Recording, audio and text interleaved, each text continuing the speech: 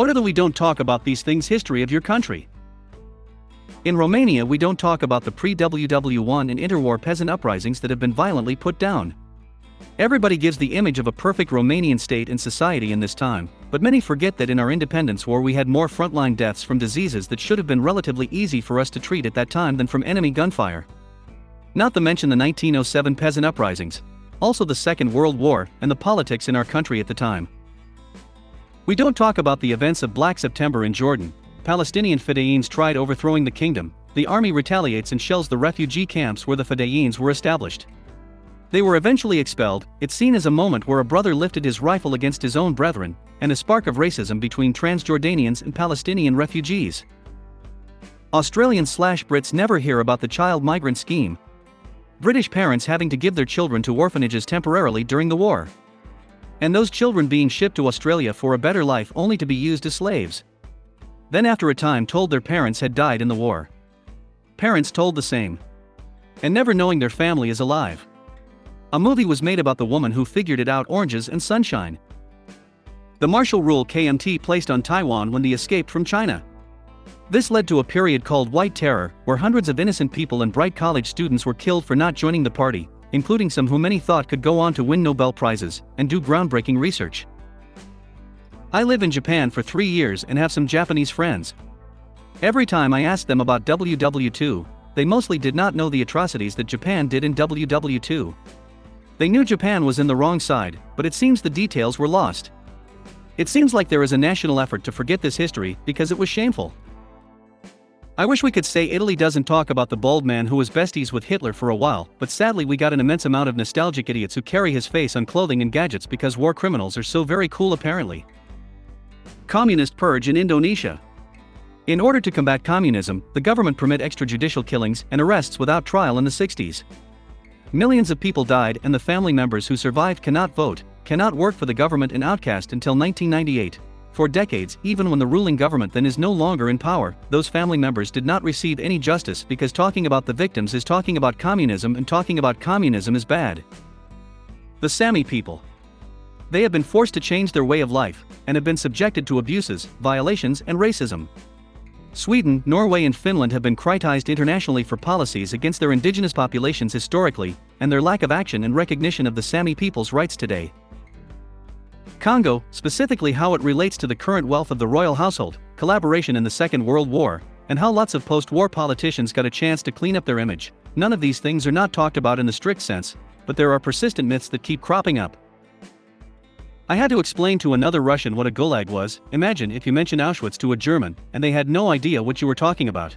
It was never part of the school curriculum, and as far as I know only one has been preserved as a museum in the middle of nowhere. I learned absolutely nothing in school about the Srebrenica genocide. My country had a peacekeeping force stationed there to protect Bosniaks from the Serb army. The Dutch battalion was under-equipped and therefore couldn't stop the genocide. In fact, they kind of stood by and watched it unfold. This is a really black page in modern Dutch history. It's not taught in school though, which is why I decided to visit Srebrenica myself last year. So while we do talk about a lot of things, it's not the genocide of the Herero and Nama people in Namibia. Germany genocide 70,000 to 80,000 of them in 1904 to 1908. First genocide of the 20th century, killed 80% of the Herero and 50% of the Nama people. Needed around 110 years for Germany to call it a genocide and 115 years to pay some reparations, not fair ones though, they are like breadcrumbs. Gandhi was racist to Africans at least in his young adult days, used to sleep naked with his niece and apparently he didn't treat the women around him well. I have no respect for him after I learned all of this. And for anyone making judgments about me, I don't have many issues with Nehru.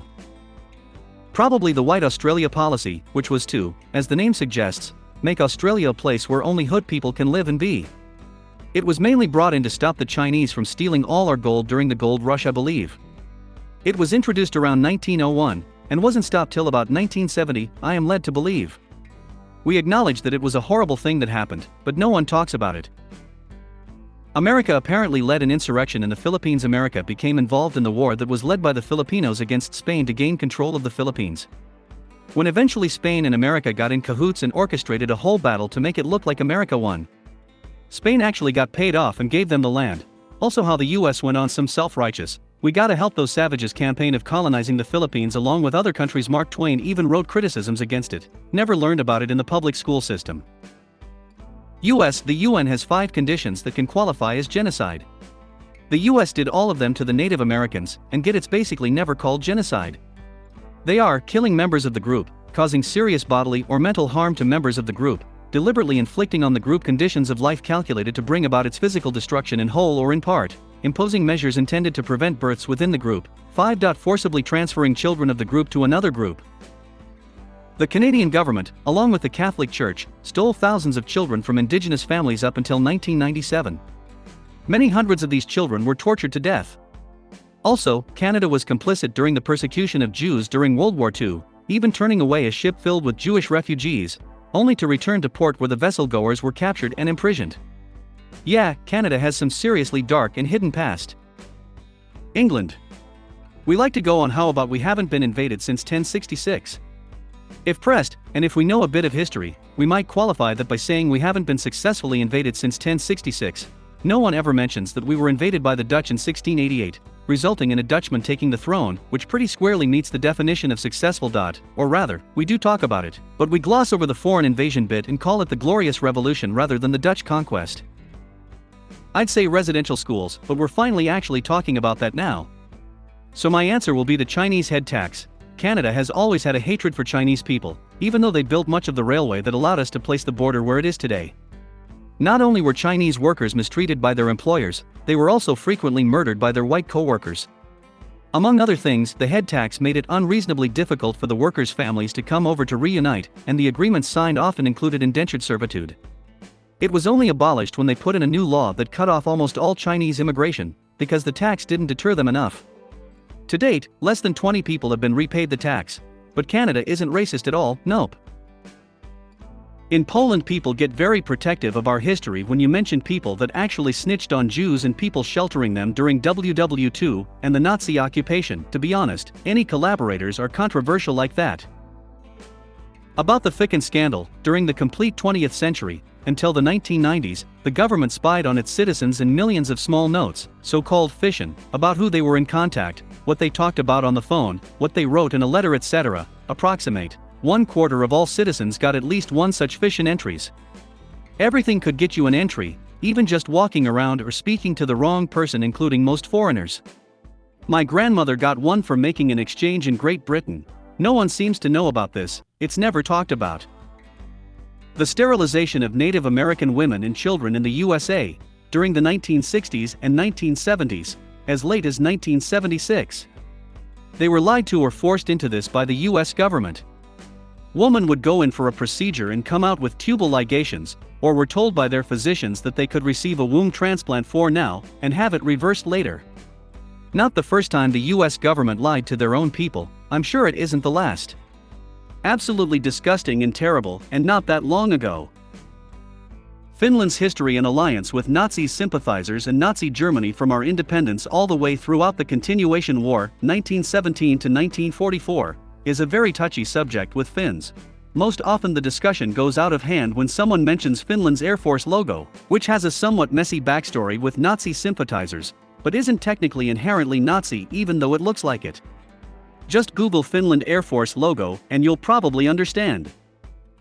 Persilskine, so many officials and people with crucial jobs were fervent Nazis that removing them all would have meant completely gutting the German administration and public services. So they got officially washed clean of all involvement, thus Persil, a laundry detergent, to keep things going. People still don't speak openly about who did what. NS history, the Holocaust, the wars, they're all open history and discussed freely, but personal involvement? Most people like to believe that their family members, of course, would have never done anything bad, but well, it all happened.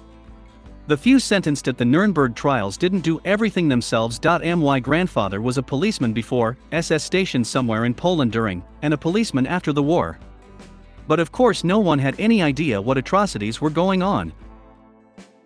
Likely every other former English settler colony, Australia was built on genocide and land theft. No notion of coexistence was ever entertained. The supposed free world is made up of a bunch of countries built on piles of body telling you that they're the most civilized and democratic from land they stole through genocidal, exterminatory conquest, in some cases just 100 years ago, And no, this is not nor was it ever normal in history. History involves lots of changing overlords and cultural mixture, outright attempts to annihilate the prior inhabitants with the intent to replace them with settlers, and a totally new society with no place for them whatsoever are much rarer. Kings and lords changed, cultures under them mixed together, but little quite like what the English did around the world and what some other European countries also tried to replicate. Australians have all heard of the stolen generation. I only learned a few years ago about the stolen wages scandal. Basically forcing indigenous peoples into slavery on cattle/sheep stations. They were supposed to be paid a wage, well below what the other white workers were earning. The wages were withheld for petty reasons, working too slow, falling off a horse, any other made-up reason. The indigenous people were forced to work much longer days than the white workers. Usually having to get up early to cook breakfast, of which they were not allowed to eat, then preparing all horses for work for the day, running cattle/sheep all day, cleaning and feeding the horse at the end of the day, cooking and serving the evening meal and cleaning the premises. It usually resulted in a 16 to 18-hour day for which they were paid basically nothing. This was happening up until the 1970s throughout Australia. Brazil, we were the last country to abolish slavery. My great-grandfather was born and lived as a slave. My grandfather did slave work as a child, and I grew up with that man. It's crazy to think about how I grew up with a direct victim of slavery. Yet most of my time in Brazil I used to think we were one of the least racist countries in the world. Boy, was I wrong. While we do talk about Dutch collaborators during the Nazi occupation, and we're all well aware of the Holocaust, I don't think the after is discussed much. A lot of survivors who came back from the death camps found themselves being treated as an unwanted nuisance and struggled to get their possessions back, if they ever did. And that's not even mentioning scenarios like the one of a Jewish man returning to the home the Nazis had taken from him as they shipped him off to the camps, only to receive a notice from the government that he was expected to pay taxes on the property for the years that he'd been away. David Simons, his daughter-in-law, ended up fighting the decision, and she was successful in 2018, after David Simons' death. She put the money into a few different memorial efforts. Australia. Ned Kelly, for many of the older people, he was taught in schools as this dude battling against depression. There's been movies made about him. He got really romanticized. Reality: he was a violent thug that was born from racism. He was a murderer who and torturer. It was during the age of Irish need not apply. The Irish were highly discriminated against and many turned to crime. Modern day.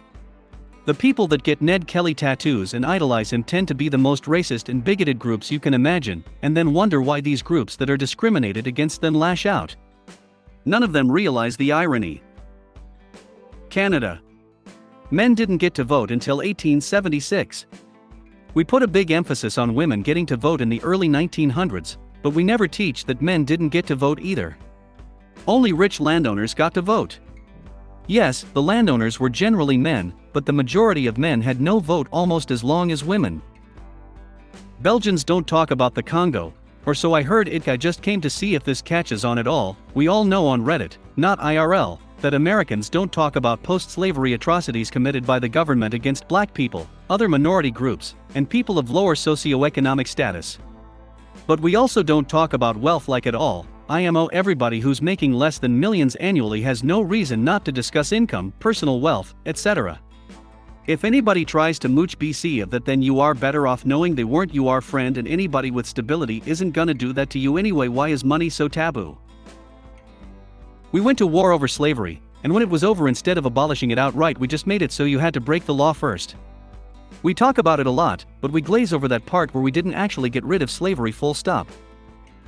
I'm from Kenya, and we used to have this president called Moi, and every day on the news there was a news report about him, and since he was from a certain tribe, he treated the tribe much better than all of the other tribe. It actually became a normal to pretend to have the accent of the tribe, so police officers, who were all from his tribe, wouldn't treat you unfairly.